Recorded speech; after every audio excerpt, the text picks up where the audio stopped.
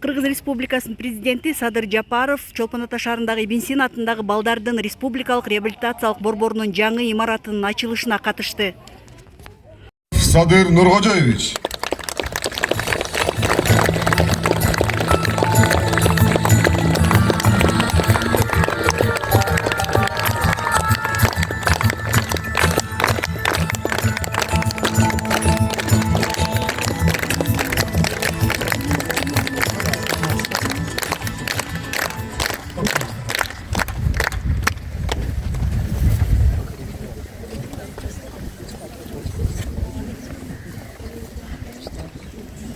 Урматтуу ден соолук сакчылары, балдардын республикалык реабилитациялык борборунун урматтуу кызматкерлери, биз тармактык министрлик менен биргеликте элибиздин саламаттыгына, анын ичинде балдарыбыздын ден соолугуна кам көрүү жаатында бир топ иш аракеттерди көрүп келебиз. Ал иш чараларыбыздын бири катары бүгүн мынакей Ибн Сина атындагы балдардын республикалык реабилитациялык борборунун жаңы имаратынын ачылышында турабыз.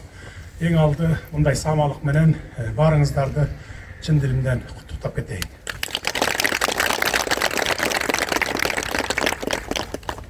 Алгач жалпыга түшүнүктүү болуш үчүн бул борбордун тарыхына азын-аулак токтоло кетейин. Бул медициналык мекеме 1937 жылдан бери реабилитациялык борбор болуп кайра түзүлгөн. Борбор 100 орунга ылайыкташып, 4 жаштан 16 жашка чейинки балдарды кабыл алып, жыл бою иштейт. Бул жерде кургак учуктун жугуштуу эмес формасы жана өнөкөт өпкө оорусу менен жабыркаган балдар дарыланып, реабилитациядан өтүшөт. Бунун көрсөткүчтөрүн кыскартуу боюнча жетишилген ийгиликтерге карабастан, өлкөдө кургак учук боюнча абал дагы деле кооптуу бойдон туруда. Биз кургак учукка чалдыккандардын саны жогору болгон дүйнөдөгү 18 өлкөнүн катарына кирет экенбиз. Буга байланыштуу мындай абалдан чыгуу максатында өлкөдө кургак учукка каршы заманбап дары-дармек, препараттарды колдонуу менен кургак учукту дарылоонун натыйжалуу режимдери киргизилген.